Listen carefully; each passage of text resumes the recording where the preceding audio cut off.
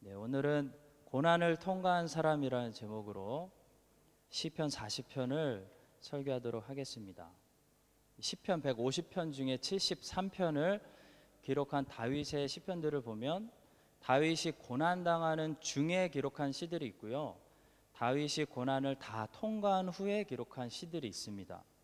오늘 우리가 살펴보는 이 시편 40편은 다윗이 고난을 다 통과한 후에 기록한 시편으로, 고난이라는 것을 잘 참고 잘 통과하면 내가 어떤 사람으로 변해 있는지, 하나님이 나에게 어떤 열매를 보게 하시는지 그 결과를 잘 보여주는 그런 말씀이라고 할 수 있습니다.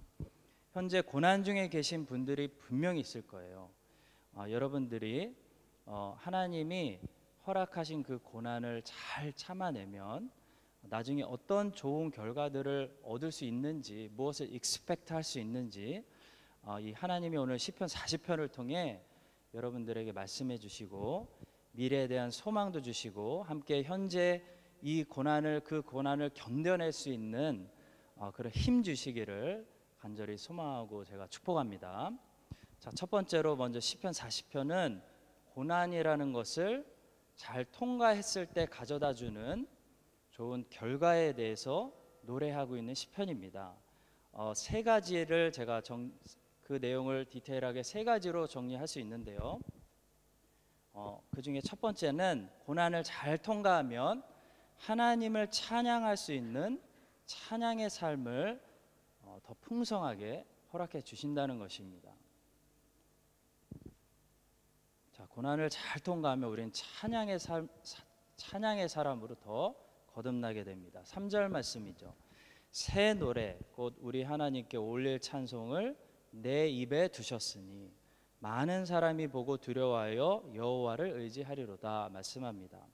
그러니까 다윗은 고난을 잘 견디고 잘 통과했더니 다윗에게 어떤 변화가 일어났는데, 하나님이 새 노래, 새 찬송을 다윗의 입술에 넣어주셔서 하나님을 내가 더욱더 찬양하는 사람이 되었다라고 지금 고백하고 있는 거예요. 저는 요즘 유튜브에서 이 행복이라는 찬양을 자주 듣고 있습니다. 원래 제가 알던 찬양도 아니었는데 이 찬양을 제가 좋아하게 된 것은 우리 지온이 어머니 김소리 집사님께서 이 찬양을 우리 4weeks 락다운 때 처음 부르셨어요. 그래서 알게 됐는데, 다들 아시다시피 우리 소리 집사님께서 아들 하원이를 올해 하늘나라로 먼저 떠나 보내셨습니다. 돌도 안 된 이 하원이를 하늘나라로 먼저 떠나 보내신 그 엄마가 이 찬양을 부르시면서 이 찬양의 가사를 고백하시는데, 그거를 제가 묵상하면서 너무나 큰 감동을 받았어요. 그래서 이 시간 한번 행복이라는 찬양을 올려드리는 우리 소리자매의 찬양을 잠시 함께 우리 묵상하시면서 한 3분 정도 우리도 마음으로 함께 하나님을 다시 한번 찬양드리기 원합니다. 그 사랑하는 아들을 하나님께 먼저 떠나보낸 이 엄마가 그래도 기도할 수 있는 것이 참 행복합니다. 억울한 일 많아도 주를 위해 참을 수 있습니다. 분명히 아프지만 그래도 하나님의 자녀로 살아갈 수 있는 것이 나에게 행복입니다 라고 고백하는 이 고백이 여러분 뭔지 아십니까? 그게 바로 고난을 통과한 성도들만 부를 수 있는 하나님이 입술에 넣어주시는 새 노래입니다. 다윗은 지금 시편 40편에서 고난을 통과한 후에 하나님이 그의 입술에 넣어주시는 새 노래로, 뉴송으로 하나님을 찬양하고 있는 것입니다. 여러분, 혹시 여러분들도 다윗처럼, 우리 소리 자매처럼 이런 감동적인 새 노래로 하나님을 찬양할 수 있게 원하십니까? 그러면 지금 고난을 끝까지 잘 참으시고 견뎌내시기 바랍니다. 여러분들이 지금 그 고난을 잘 통과하면 한 가지 분명한 것은 하나님께서 여러분들의 입술에 고난을 통과한 자들만 부를 수 있는 뉴송, 새 노래를 넣어주신다는 것입니다.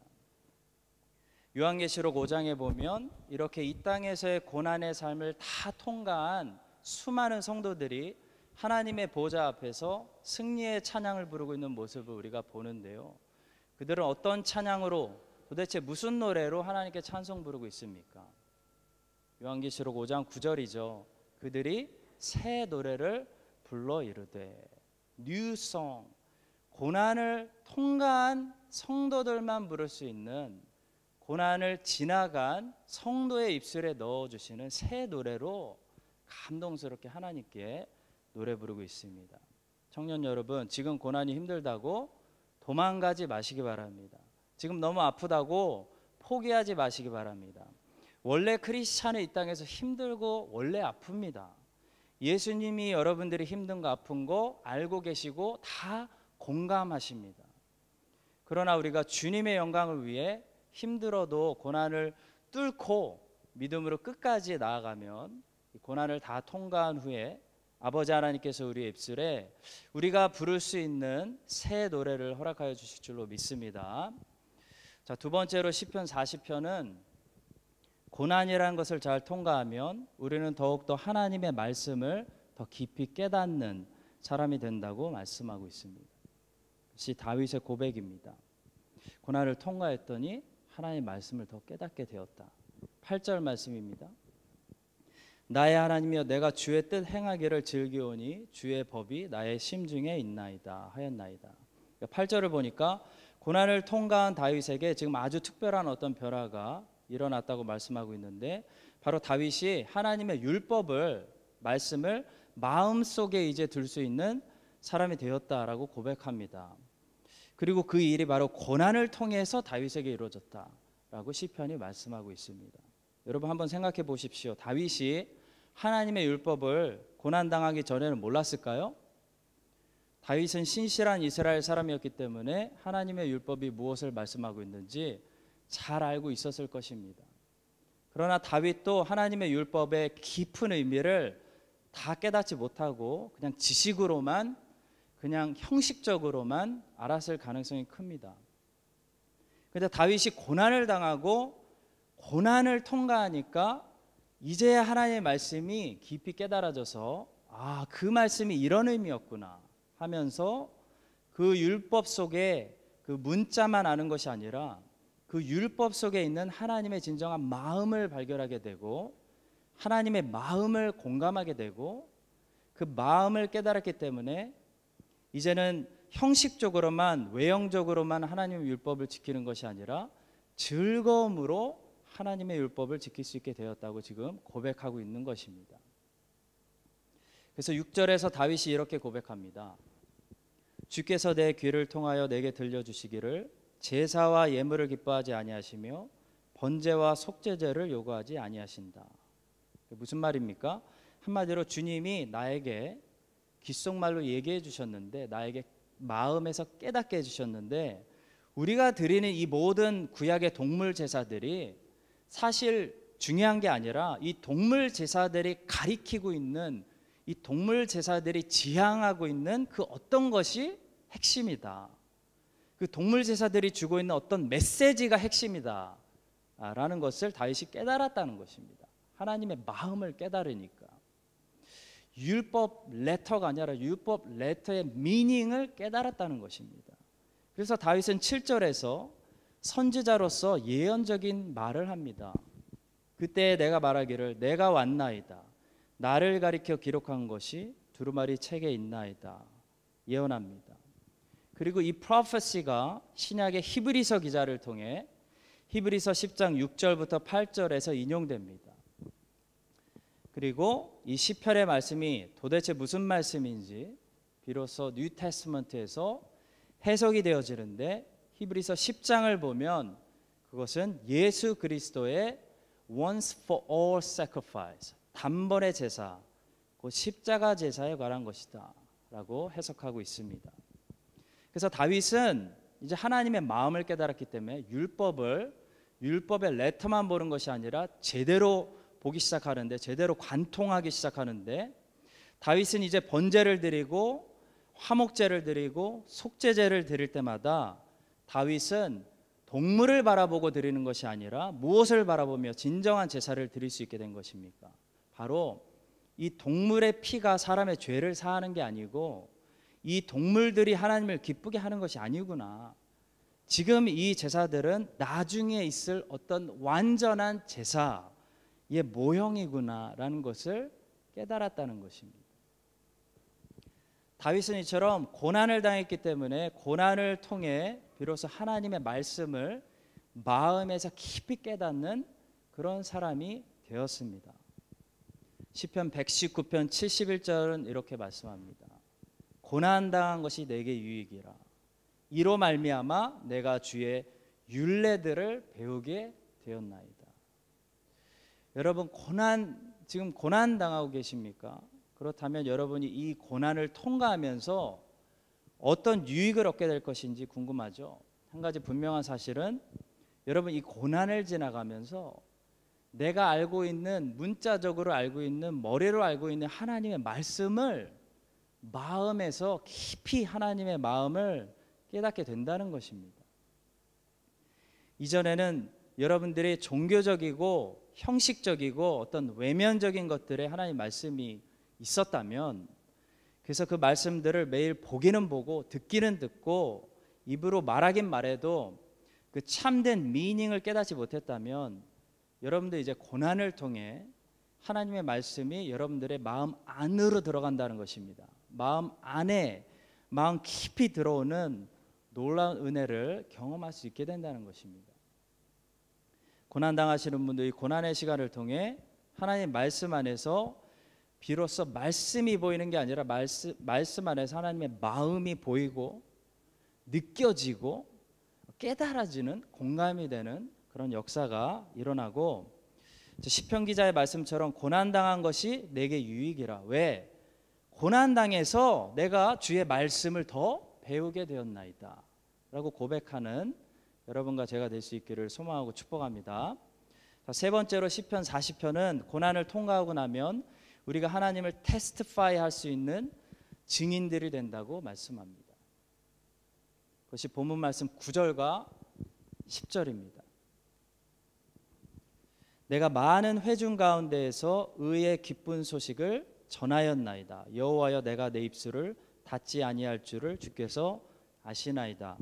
내가 주의 공의를 내 심중에 숨기지 아니하고 주의 성실과 구원을 선포하였으며 내가 주의 인자와 진리를 많은 회중 가운데에서 감추지 아니하였나이다. 그러니까 9절과 10절은 다윗이 살아계신 하나님의 증인으로서 지금 하나님을 많은 사람들 앞에서 증거하고 있고 전도하고 있고 선포하고 있는 모습을 보여줍니다.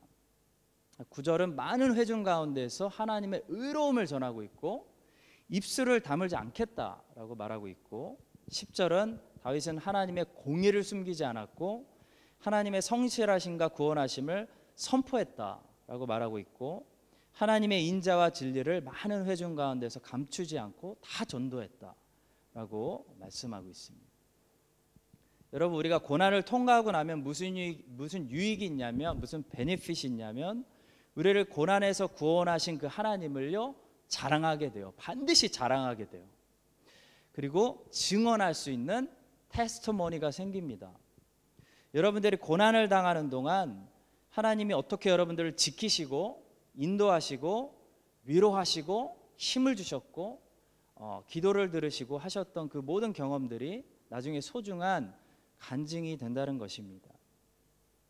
이 사도 바울이 전한 바울의 이 Paul's Gospel, 바울의 복음의 메시지를 자세히 보시면 사실 복음의 메시지만 들어있는 것이 아니라 사도 바울 자신의 이 개인적인 간증, 퍼스널 테스티모니가 함께 섞여 있다는 것을 볼 수 있습니다. 여러분, 사도 바울의 간증 이야기가 복음의 메시지를 방해한 것이 아니라 오히려 복음의 메시지를 더 돋보이게 하는 역할을 하고 있다는 것을 우리가 볼 수 있습니다. 사도행전 22장에 보면 사도 바울이 3차 전도여행 마치고 예루살렘에 와서 붙잡혔잖아요. 그리고 예루살렘에 있는 유대인들에게 복음을 막 전했는데 그때 무엇보다도 자신의 간증 이야기를 사도 바울이 하고 있다는 거 볼 수 있습니다. 조금만 볼게요. 3절부터 7절까지만 볼게요. 사도 바울이 지금 복음 전합니다. 나는 유대인으로 길리기아 다소에서 났고 이 성에서 자라 가말리엘의 문화에서 우리 조상들의 율법에 엄한 교훈을 받았고 오늘 너희 모든 사람처럼 하나님께 대하여 열심히 있는 자라. 내가 이 돌을 박해하여 사람을 죽이기까지 하고 남녀를 결박하여 옥에 넘겼노니 이에 대제사장과 모든 장로들이 내 증인이라. 또 내가 그들에게서 다메섹 형제들에게 가는 공문을 받아 가지고 거기 있는 자들도 결박하여 예루살렘으로 끌어다가 형벌받게 하려고 가더니 가는 중 다메섹에 가까이 갔을 때 오정쯤 되어 호련히 하늘로부터 큰 빛이 나를 둘러 비추매 내가 땅에 엎드러져 들으니 소리 있어 이르되 사울아 사울아 내가 왜 나를 박해하느냐 하시거늘. 지금 뭐죠 이게? 테스터머니죠. 근데 사도 바울은 복음 전하고 있는 겁니다. 자, 사도행전 또 26장 보시면 사도 바울이 가이사랴에서 2년 동안 잡혀 있을 때 베스도 로마 총독과 헤롯 아그리파 2세 왕과 또 그리고 그의 아내 버니게 앞에서 복음을 전했어요. 그 바울의 폴스 가스펠이 다 나와 있죠. 사도행전 26장에. 자, 그런데 그 내용을 자세히 살펴보면 바울의 복음은 이 바울이 전한 복음은 바울의 퍼스널한 테스토머니와 깊이 연결되어 있다는 거 우리가 보게 됩니다. 바울의 퍼스널한 테스토머니가 예수 그리스도의 복음을 빛내고 있다는 거 우리가 보게 됩니다. 사도행전 26장 9절부터 13절까지만 짧게 읽어볼게요. 자, 나도 나사렛 예수의 이름을 대적하여 많은 일을 행하여야 될 줄로 스스로 생각하고 예루살렘에서 이런 일을 행하여 대제사장들에게서 권한을 받아가지고 많은 성도를 옥에 가두며 또 죽일 때 내가 찬송 투표를 하였고 또 모든 회당에서 여러 번 형별하여 강제로 모독하는 말을 하게 하고 그들에 대하여 심히 격분하여 외국 성에게까지 가서 박해하였고 그 일로 대제사장들의 권한과 위임을 받고 다메섹으로 갔나이다. 왕이여 정오가 되어 길에서 보니 하늘로부터 해보다 더 밝은 빛이 나와 내 동행들을 둘러 비추는지라 말씀하고 있습니다. 자, 여러분 현재 혹시 고난 가운데 계시다면 이 고난 가운데서 반드시 하나님을 만나시기 바랍니다.